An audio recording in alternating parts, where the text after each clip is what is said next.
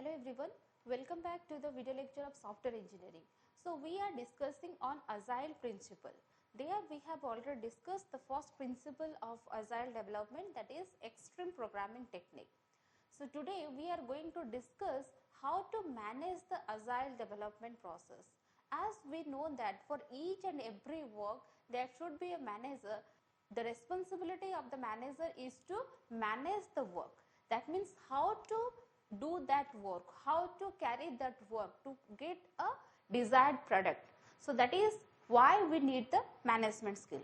So in each and every development process, that may be your software development, that may be you if you take the consideration into your civil engineering, whatever it may be. So in each and every professional development, we need to manage that development process.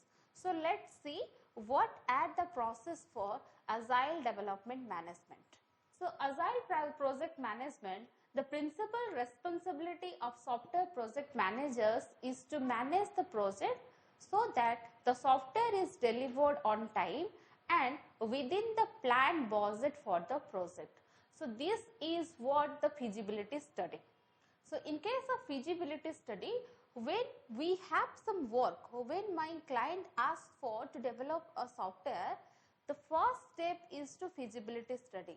That means we should check whether this project or this software is economically and technically feasible or not. That means this is economically sound or not, and this is technically sound or not. If it is not economically sound and if it is not technical sound, that means we cannot deliver the project in time and we cannot develop that project within our budget. So that's why we need to first manage if it is possible to develop a software within the budget, and after developing the software, is it possible to deploy the software within the time? If yes, then we will take that project, otherwise we will deny that. So this is the first step in the Agile project management, that is to manage the project so that the software is delivered on time. This is important. We should deliver the software on time and within the planned budget. So we should first know that we should manage the software development process, that is actually the Agile software development process, to deliver the software within your time and within the planned budget. The second says the standard approach to project management is plan driven. Managers draw up a plan for the project showing what should be delivered, when it should be delivered, and who will work on the development of the project delivered. So here three works can be done. The managers should know or should make a plan for the project showing that what should be delivered, when it should be delivered, and who will work. So here the concept is the management team is responsible for making a plan. So what actually that plan? That plan is which type of product or what actually the product, what should be there, what are the features, what are the functionalities should be there, so that we can deliver the exact product what actually my customer expect from me. Then when to deliver, what is the time span, when to deliver, and the third important thing is who will work on the development team, who will design the system architect, who will code that system architect, that means who will implement the system architect, and who will be responsible for testing engineers. So that is what actually the second point says. In each and every thing, like in case of waterfall model. So waterfall model is a plan driven model.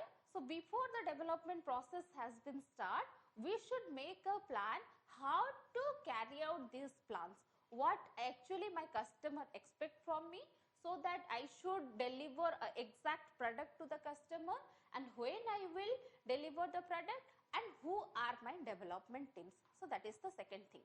The third thing says Agile project management requires a different approach which is adapted to incremental development and the practice used in Agile methods. So here we are saying that in case of Agile principle, we need a different approach. Because in case of Agile principle, we are delivering and developing the software in an incremental manner. That means we should first define what are the requirements of my customer, then we will prioritize them, and according to our prioritization we will develop and deploy the subsystem or component or whatever it may be to the customer, or you can say it is as an increment or intermediate versions, your initial version, final version. So we are going for that. Actually we are developing and deploying the intermediate or the initial or the final version to the customer. So there we need a different approach, because in case of plan driven model we are planning everything before my project development process has been started. But here we are not planning everything from the start. First we will go for the version 1, we will plan for that, then after deploying the version 1 then we will go for version 2, then we will again plan for that. So in case of Agile principle we need a different planning approach or different management approach. So what is that management approach? That management approach is known as Scrum. Like in case of Agile principle, we have a technique that we have already adapted to make a project successful by using the Agile principle, that is extreme programming technique. Like that, what actually the management plan here, that means in case of Agile principle development, what is the management plan? That is Scrum. So let's see what is the Scrum and what are the terminology that we used in the Scrum. So let's see what is that Scrum actually. So Scrum is an Agile method that focuses on managing iterative development rather than specific Agile practice. So we have already discussed on the Agile practices. There are 10 different Agile practices. If I will go for adopting 10 different Agile practices, then it is very difficult to develop a software by following the Agile method. So rather than we go for the Agile practices, we have another management technique, that is what is called as Scrum. So Scrum is basically where we can apply the Scrum in the iterative development process. So what does that mean, iterative development process? So development process means we start with the feasibility study or requirement illustration process, that we can go to the customer and we can ask for what are the requirements. So that is the requirement illustration process. After requirement illustration we will go for designing and implementation, and after the implementation we will go for testing. For the second version again we will go for requirement illustration, the design process, then implementation, then testing. For the third version again we will go for all those phases like requirement illustration, your design, your implementation and your testing, or you can say that it is the review phase. Okay. So this is the actually iterative phase. That means in a loop we are going to develop the software. First we will go for the version 1. There are 4 phases. Again we will go for the version 2. Also there are the same phases which are for the version 1. So when we are using some technology to manage those iterative process, that is called as Scrum. And there are actually 3 phases in Scrum. That the initial phase is an outline planning phase where we establish the general objectives of the project and the design of the software architecture. So the first phase is an outline planning phase. That means in the first phase we are going for what are the main objectives for the project and what is the system architecture or the design of the software architecture. And in the second phase is followed by a series of sprint cycles. This is what the iterative cycle. That means what are the iterative phases? That is called as sprint cycles. And in the sprint cycle, each cycle develops an increment of the system. So what we should know, what is Scrum and what is sprint cycle. For each and every version, there are 4 different phases. requirement illustration, design, implementation and testing. So for developing each and individual version, we need to follow 4 distinct phases. That is what is called sprint cycle. That means at the end of the sprint cycle, we will found a version of the software, or we will found an increment of that software, or you can say we will found a subsystem of the software. So what is the sprint cycle now? That means the cycle which we are following for developing a version, that is known as the sprint cycle. And the third phase is the project closure phase, wraps up the project, completes required documentation such as system helpers, user manuals, accesses the lesson learned from the project. So this is the third phase where we have already developed some different versions by using some sprint cycles. Then we need to wrap up those versions. That means for completing a software, we need to merge all over your versions that we have already developed from the sprint cycle. Then also in the third phase, we need to document each and everything like your system help frame, your user manuals, and what actually we learn from the development phase. So while developing a software, we have learned many things like what are our faults, how to recover from those errors, how to recover from the software crisis, what is the management skill. So those things we can learn from a software development, that we need to access the lessons learned from the project. So let's see what are the terminology that are present in Scrum. So Scrum terminology, the first terminology is what? That is development team. So development team is a self-organizing group of software developers. We should not more than 7 people. They are responsible for developing the software and other essential project documents. So the first term is the development team. There should be a core team that should not exceed 7 people. There should be a maximum 7 people, and that is called the development team.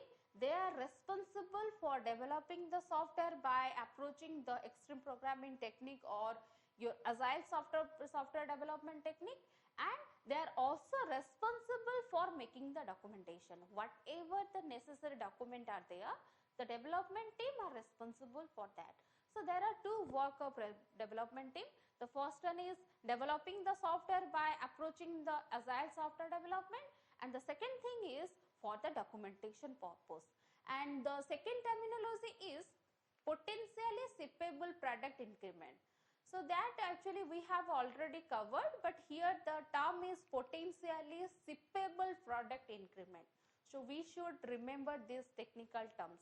The software increment that is delivered from a sprint. So what actually we have already discussed, that at the end of each and every sprint cycle, we have found a version or increment. So that increment is actually deployable to the customer or shippable to the customer.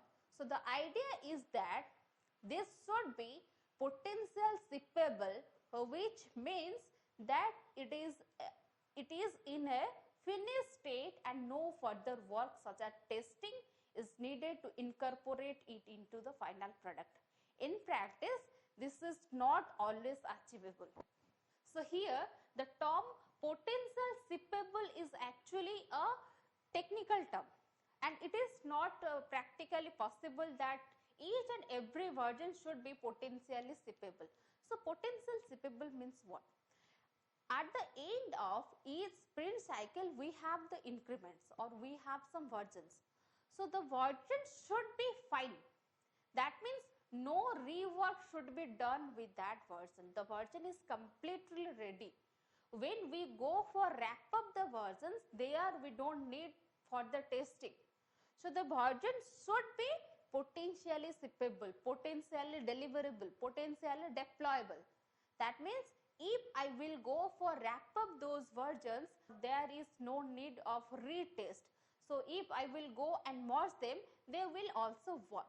So that is actually what mean potentially shippable, but it is in practical it is not possible to make a version potential shippable, but it is a technical term when we are approaching the Scrum terminology.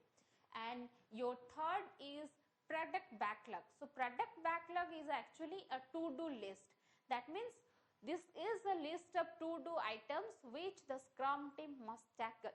They may be feature definition for the software requirements, user stories or description of supplementary tasks that are needed, such as architecture definition or user documentation. So product backlog means, suppose take an example, I am going for preparing for an examination. So before starting my preparation, I should make a to-do list. That means in this 5 days I should cover these units. After those 5 days I will go for that unit, and after completing this unit I will go for that chapter, and like that. So that means we have for each and every work, for the preparation of an examination or for the homework, whatever it may be, we have some to-do list. Like that, when we are going for developing a software, a professional software, there we have some to-do list, what actually I am going to do, how to complete my work, how I can give a professional software product to my customer. So what are the features there, what are the feature definitions are there, and what are the user stories, what are the architecture design, what are the architecture definitions are there. So these are the product backlog, what we called as the characteristics of a product. So what are the characteristics of a product? That is called as the product backlog. So according to the product backlog, we need to develop the software. The fourth one is product owner. So an individual or possible a small group whose job is to identify product features or requirements, prioritize those for development, and continuously review the product backlog to ensure that the project continues to meet critical business needs. So this is what actually the responsibilities of a product owner. So it may be the product owner, may be a person or may be a small group. Their job is to identify what are the product features or what are the product requirements, how to prioritize them, and according to the prioritize, is there the development is progress or not. Then they will continuously review the product backlog to ensure that the product continues as per the product backlog, whatever the prioritization given to the development team, the development process is going or continuing as per the prioritization or not. So the product owner can be a customer, but might also be a product manager in a software company or other stakeholder representative, that we know as the customer proxy. The next term is Scrum. So Scrum is what? This is the main term here. The Scrum means a daily meeting of the Scrum team that reviews progress and prioritize work to be done that day. Ideally, this should be a short face-to-face meeting that includes the whole team. So take an example, suppose I am a student. So as a student, we have learned different papers in a day in our college. But at the evening, when we are staying at hostel, so what is our first work? What actually we are doing? What we are used to do? That is what actually we are go for a group study. So by sitting in a group, we are discussing that these are actually we have learned from this day. So for the today we have learned many things, and these are the your key points. So that is what a group study, and we know that we very well know that the group study is very important. When we will go for some examination without having some preparation, there the group study will work. So Scrum is what actually that group study. At the end of a day, there should be a meeting, and in that meeting the Scrum team are there. The Scrum team may be your developer or the Scrum master. They will review or check the progress what they have done in that day. If the progress is going on as per their planning, then it is okay. If the progress is delayed, then what should be done? The prioritization should be changed. So they have to make some other prioritization, or they have to make some changes into the prioritization. So that meeting in the end of the day, that is known as the Scrum. And the next term is Scrum Master. So Scrum Master is what? The Scrum Master is responsible for ensuring that the Scrum process is followed and guides the team in the effective use of Scrum. He or she is responsible for interfacing with the rest of the company and for ensuring that Scrum team is not diverted by outside interference. The Scrum developers are adamant that the Scrum Master should not be thought of as a project manager. Others, however, may not always find it easy to see the difference. So actually there is a huge difference between the software manager and the Scrum Master. The Scrum Master should not behave like a software manager. The responsibility of the Scrum Master is to guide the Scrum team. What at the Scrum team there? So the Scrum Master is responsible for guiding them to work out in the Scrum terminology or in the Scrum practice. The next term is sprint. So we have already discussed the sprint, that is the development iteration. At the end of the development iteration or sprint, we will have a version, and that may be your potential shippable or may not. And sprints are usually long for 2 to 4 weeks. That means for that development, iteration development phase, we have 2 to 4 weeks of time. We have to make a version within that 2 to 4 weeks.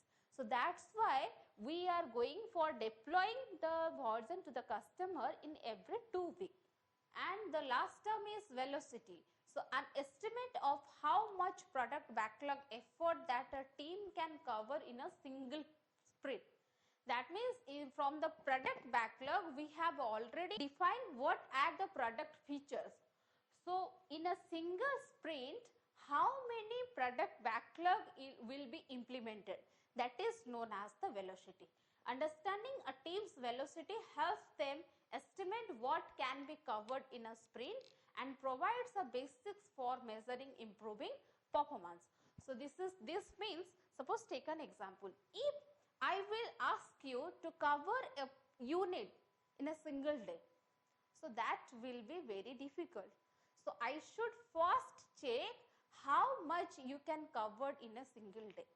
If you will cover, or you are capable of covering 2 chapters per day, then that means per day you are covering 2 chapters, that is the velocity. So from the product backlog, we have already defined what are the features or what are the product definitions.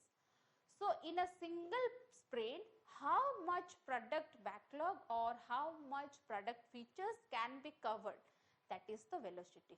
So by measuring the velocity of the Scrum team, the Scrum Master can say what can be covered in a sprint cycle. If they are not efficient, then the Scrum Master can give some basics to increase the velocity.